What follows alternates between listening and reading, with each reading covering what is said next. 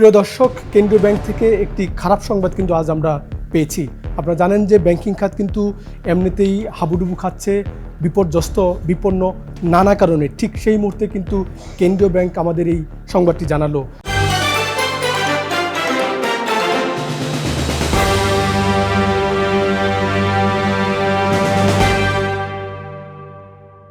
আপনাদেরকে জানাতে চাই, কেন্দ্রীয় ব্যাংক যেটি বলছে, ব্যাংকিং খাতে এখন ডিসেম্বর শেষে খেলাপি ঋণ দাঁড়িয়েছে প্রায় ৩.৫ লাখ কোটি টাকা।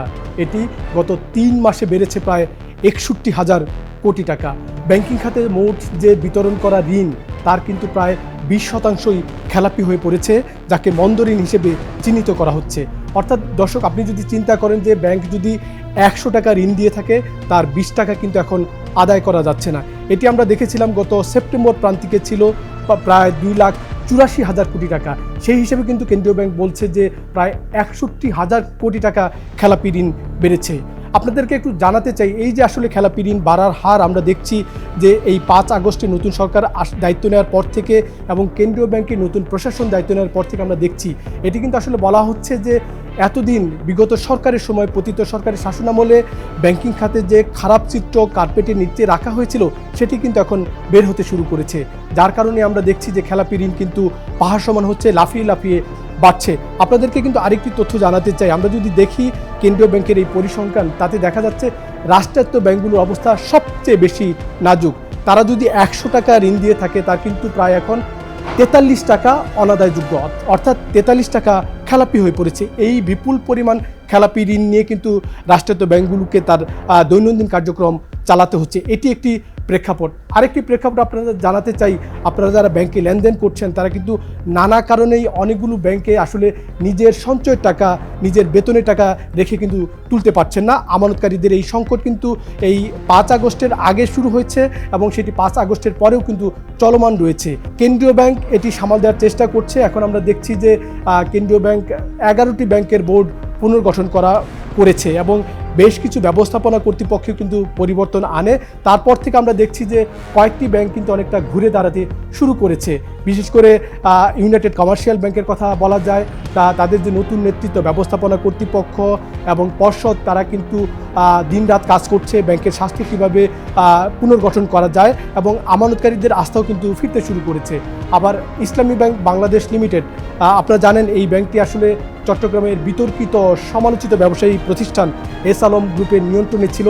সেটি এস আলমের নিয়ন্ত্রণের মুক্ত হওয়ার পর থেকে কিন্তু এই ব্যাংকের অবস্থাও কিছুটা উন্নতির দিকে বলে ব্যাংকের পর্ষদ কিন্তু জানাচ্ছে এবং আমানতকারীদের যে লেনদেন যেটি স্থগিত ছিল বা টানাটানি ছিল, সেটিও কিন্তু উত্তরণ হচ্ছে এবং এখন আমানতকারীরা তার চাহিদা মোতাবেক টাকা পেতে শুরু করেছে। একই সঙ্গে কিন্তু এক্সিম ব্যাংকের বোর্ড পুনর্গঠন করা হয়েছে এবং এই ব্যাংকে আপনারা জানেন যে আরেকজন বিতর্কিত ব্যবসায়ী নজরুল ইসলাম মজুমদার, যিনি ব্যাংকিং খাতে নানা দুর্বৃত্তায়নের সাথে জড়িত।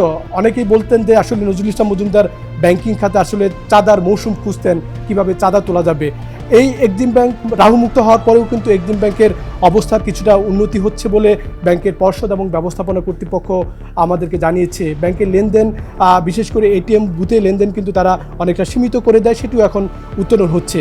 একই সঙ্গে সোশ্যাল ইসলামী ব্যাংকের কথাও বলতে হবে। এই ব্যাংকের অবস্থা আমরা যেটা জানতে পারছি, ব্যাংক কর্তৃপক্ষ যেটি বলছে, তাদের অবস্থা কিন্তু উন্নতি হচ্ছে। তবে কেন্দ্রীয় ব্যাংক এবং ব্যাংকিং খাতে আলোচনা করে আমরা যেটি জানতে পারছি, এখনও কিন্তু বেশ কয়েকটি ব্যাংকের অবস্থা নাজুক।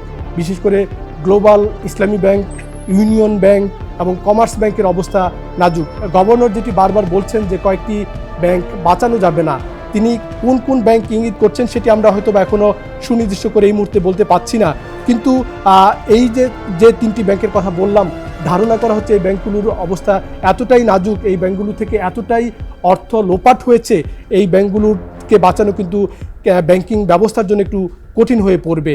সেই প্রেক্ষাপটে কিন্তু মনে করা হচ্ছে যে এই ব্যাংকগুলো আসলে হয়তোবা গভর্নর নতুন কোনো প্রক্রিয়ায় এইগুলোকে হয়তোবা মার্জার অথবা বিলুপ্তির কোনো পথে যাবেন। কিন্তু প্রশ্ন হলো, এই ব্যাংকগুলো যদি মার্জারের আওতায় যায় বা বিলুপ্তি করা হয়, তাহলে আমানতকারীদের কি হবে? কেন্দ্রীয় ব্যাংক কিন্তু সবসময় বলছে যে আমানতকারীদের কোনো দুশ্চিন্তার কারণ নেই, তারা কোনো আমানতকারী যাতে সংকটে না পড়ে, কোনো আমানতকারীর সঞ্চয় যাতে নষ্ট না হয় সেটি তারা নিশ্চিত করবে। এই কথা কেন্দ্রীয় ব্যাংকের তরফ থেকে কিন্তু আশ্বস্ত করা হচ্ছে। কিন্তু একটি প্রশ্ন কিন্তু থেকে যায়, কেন্দ্রীয় ব্যাংক এই আমানতকারীদের অর্থ কোন প্রক্রিয়ায় দিবে, কার কাছ থেকে দিবে? তাহলে প্রশ্ন উঠছে, কেন্দ্রীয় ব্যাংক কি টাকা ছাপিয়ে আমানতকারীদের অর্থ ফেরত দিবে, নাকি বন্ড সেরে কোনো প্রক্রিয়ায় আমানতকারীদের অর্থ ফেরত দিবে? টাকা ছাপিয়ে যদি আমানতকারীর অর্থ ফেরত দেওয়া হয় তাহলে কিন্তু একটি অর্থনীতির জন্য মুশকিল পরিস্থিতি তৈরি হবে। আপনারা জানেন, টাকা ছাপিয়ে দিলে কিন্তু দেশে মূল্যস্ফীতি বাড়ে। এমনিতেই মানুষ অর্থনীতির এই উচ্চ মূল্যস্ফীতির কারণে কিন্তু চিড়ে চ্যাপ্টা, মানুষের জীবনযাত্রার ব্যয় হাবুডুবু খাচ্ছে। তার মধ্যে যদি টাকা ছাপিয়ে কেন্দ্রীয় ব্যাংক আমানতকারীদের অর্থ ফেরত দিতে চায়, সেটি কিন্তু অর্থনীতির জন্য আরেকটি নতুন সংকট তৈরি করবে।